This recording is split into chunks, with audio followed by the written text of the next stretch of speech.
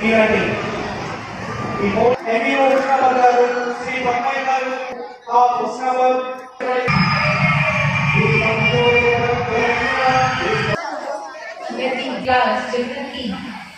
distribution జరుగుతుంది on behalf of students of all the government staff. మీరు government schools లో వస్తున్నారు, అక్కడ స్కూల్స్ ఉంటాయి ఉంటుంది. సెకండ్, అందరితో స్కూల్లో తెలుగులో మాట్లాడుతున్నా ఫ్యాన్సీగా మాట్లాడతారు. మేము వాళ్ళతో ఎలా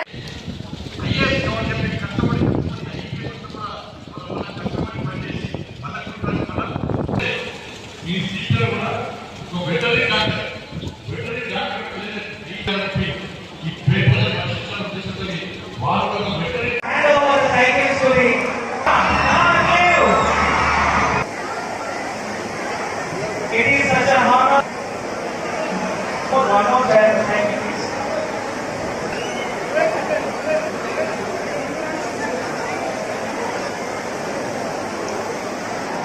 I think all the dignitaries of the S will please join the hands to hand over the side. Everybody, అందరూ చప్పట్లు మీ కరతాళ చప్పట్లు.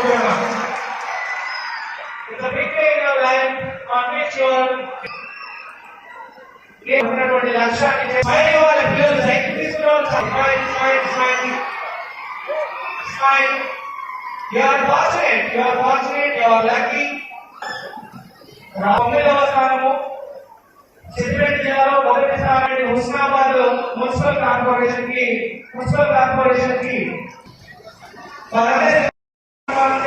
మన మున్సిపాలిటీలో మనమందరం స్వచ్ఛమైనటువంటి గాలి పెంచుకుంటున్నామంటే వారు చేసేటువంటి కృషి మనము సాలిడారిటీ పాఠశాలకు అవసరమైనటువంటి ఈ కార్యక్రమం అనంతరం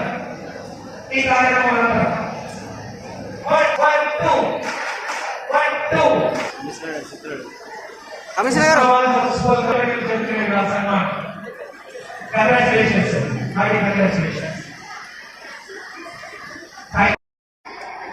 నరేంద్ర మోడీ గారి యొక్క సూచన వరకు, వారి యొక్క ఆలోచన వరకు ఈ సైకిళ్ల పంపిణీ కార్యక్రమాన్ని కరీంనగర్ పార్లమెంట్ లో తీసుకోవడం జరిగింది.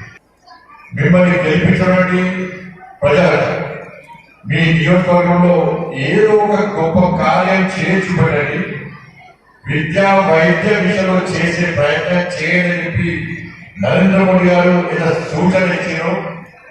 దాన్ని ఆలోచించిన తర్వాత ఏదో ఒకటి చేయాలని చెప్పి అనేక మందితో చర్చించిన తర్వాత ఈ సైకిళ్లను విద్యార్థులకు అందించాలని చెప్పి ఒక ఆలోచనతో ఈ కార్యక్రమాన్ని తీసుకోవడం జరిగింది. నెక్స్ట్ ఇయర్ కూడా 9th క్లాస్ చదివే పిల్లలందరూ కూడా నెక్స్ట్ 10th రాగానే వాళ్ళ కూడా చదివిస్తారు.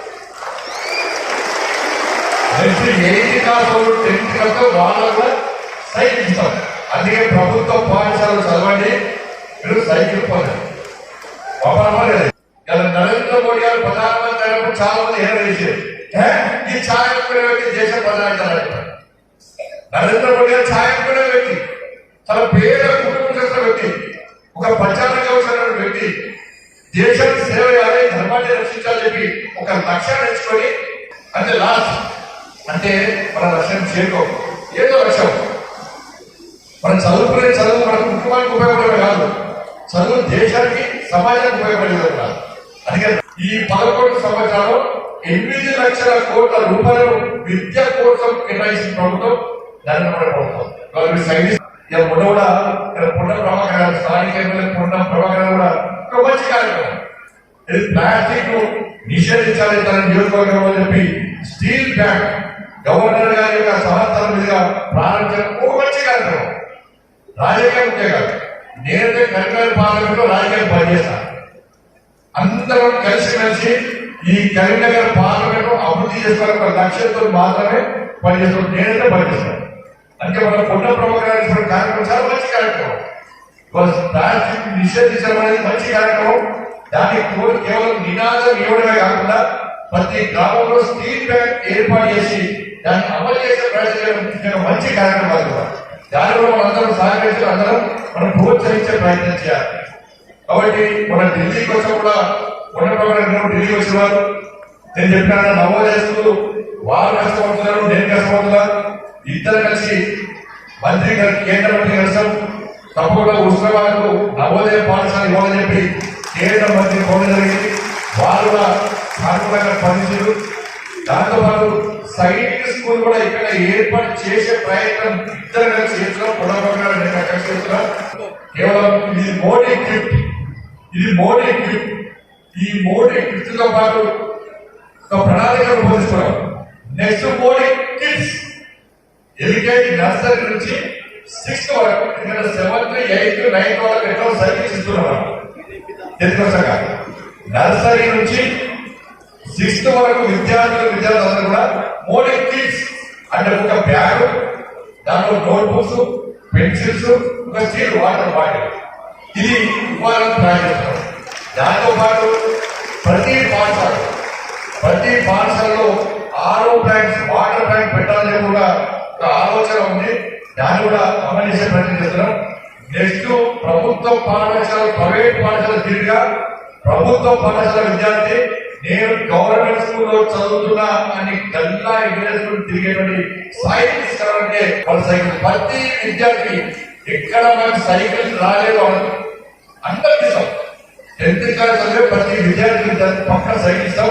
ఇది ఈరోజు కార్గిల్ దివస్, కార్గిల్ దివస్ మన పాకిస్తాన్ వచ్చి కార్గిల్ మన సైనికులను హతమార్చిన తర్వాత అప్పుడు అటల్ బిహారీ వాజ్పేయి గారి గవర్నమెంట్ వెంటనే పోయి పాకిస్తాన్ లోపల చొరబడి వాళ్ళని ఏ విధంగా సైనిక స్థావరం హతమార్చిందో ఒక్కసారి మనం గుర్తుంచుకోవాలి.